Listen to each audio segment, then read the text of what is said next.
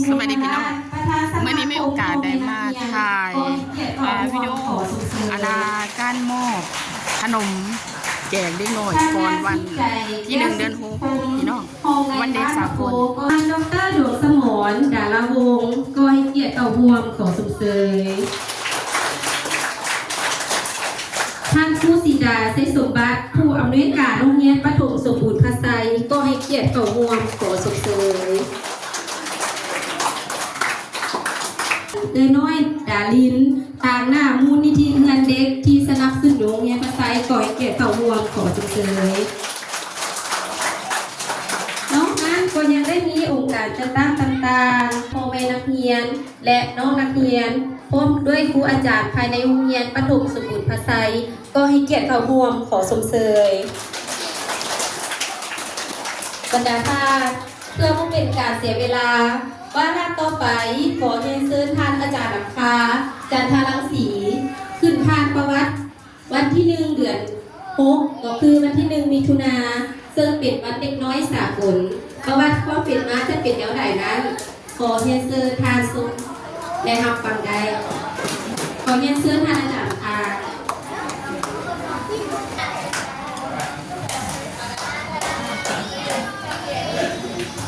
สวัสดีตอนเช้าก็ได้ที่มีเกียรติงานข้าพเจ้า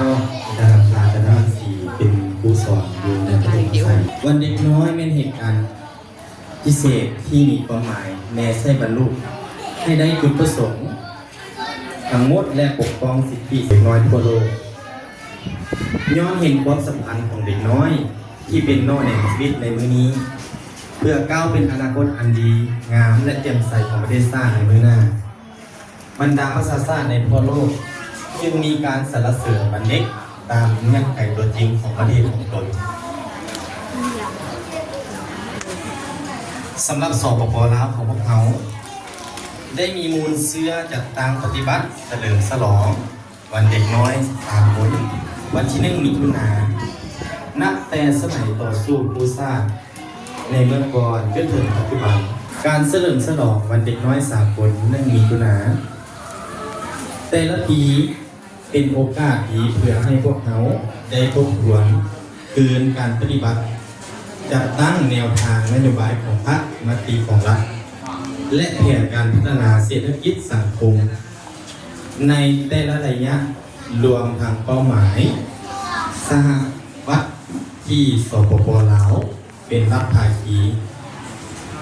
เป็นต้นสนธิสัญญาว่าด้วยสิทธิของเด็กเพื่อจุดประสงค์รับประกันการอยู่รอดความอบอุ่นและการเบิ่งแยงดูแลอย่างเป็นอย่างดีของพ่อแม่พี่น้องในครอบครัวสังคมและการจัดตั้งทุกภาคส่วนในวันเด็กที่1 มิถุนายน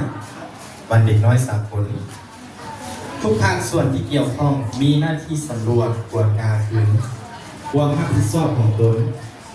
ในเวียกงานเกี่ยวกับการเบิ่งแยงดูแลผู้แก่ยังคงอยู่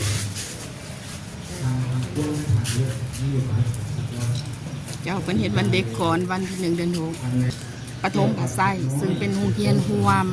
มีเด็กพิการหลายด้านเรียนอยู่นำกันเนาะเป็นก็เลยเลือกเอามื้อนี้วันที่23 เดือน 5